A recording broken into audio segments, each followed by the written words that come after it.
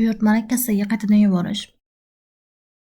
Buyurtma yaratildi, lekin kassaga yetib bormadi. Ushbu hollarda buyurtmani kassaga qaytadan yuborishni ko'rib chiqamiz. Sotuvlar bo'limining ichki oynasida buyurtmalar mavjud. Buyurtmalar beshlikdan so'ng raqam bo'lsa, bu buyurtma kassaga yetib borgan hisoblanadi. Beshlikdan so'ng raqam bo'lmasa, bu buyurtma kassaga yetib bormagan hisoblanadi. Ushbu buyurtma ustiga bosamiz. To'liq ma'lumot. To'liq ma'lumotda ushbu belgi mavjud.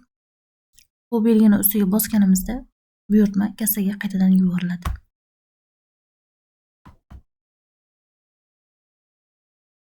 Oynani yangilab olamiz va ushbu raqam 113. Buyurtma kassaga 113 raqami ostida yuborildi.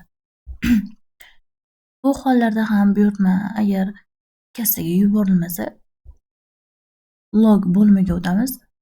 Bu yerda poster uchun buyurtma yuborilmadi degan qizil yozuvda xabarnoma chiqadi.